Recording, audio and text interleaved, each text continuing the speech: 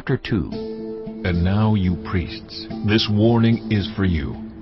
If you do not listen, and if you do not resolve to honor my name, says the Lord Almighty, I will send a curse on you, and I will curse your blessings. Yes, I have already cursed them, because you have not resolved to honor me. Because of you, I will rebuke your descendants. I will smear on your faces the dung from your festival sacrifices, and you will be carried off with it. And you will know that I have sent you this warning so that my covenant with Levi may continue, says the Lord Almighty. My covenant was with him, a covenant of life and peace, and I gave them to him. This called for reverence, and he revered me, and stood in awe of my name. True instruction was in his mouth, and nothing false was found on his lips.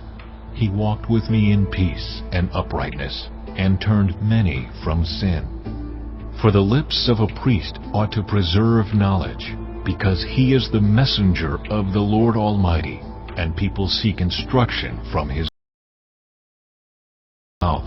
But you have turned from the way, and by your teaching have caused many to stumble. You have violated the covenant with Levi, says the Lord Almighty. So I have caused you to be despised and humiliated before all the people, because you have not followed my ways, but have shown partiality in matters of the law. Do we not all have one Father? Did not one God create us? Why do we profane the covenant of our ancestors by being unfaithful to one another? Judah has been unfaithful. A detestable thing has been committed in Israel and in Jerusalem. Judah has desecrated the sanctuary the Lord loves by marrying women who worship a foreign god.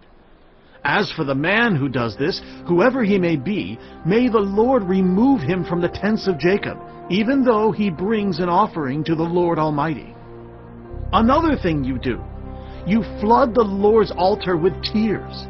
You weep and wail because he no longer looks with favor on your offerings or accepts them with pleasure from your hands. You ask, why? It is because the Lord is the witness between you and the wife of your youth. You have been unfaithful to her, though she is your partner, the wife of your marriage covenant. Has not the one God made you? You belong to him in body and spirit. And what does the one God seek? Godly offspring. So be on your guard, and do not be unfaithful to the wife of your youth. The man who hates and divorces his wife, says the Lord, the God of Israel, does violence to the one he should protect, says the Lord Almighty. So be on your guard, and do not be unfaithful. You have wearied the Lord with your words. How have we wearied him? You ask? By saying, all who do evil are good in the eyes of the Lord, and he is pleased with them. Or, where is the God of justice?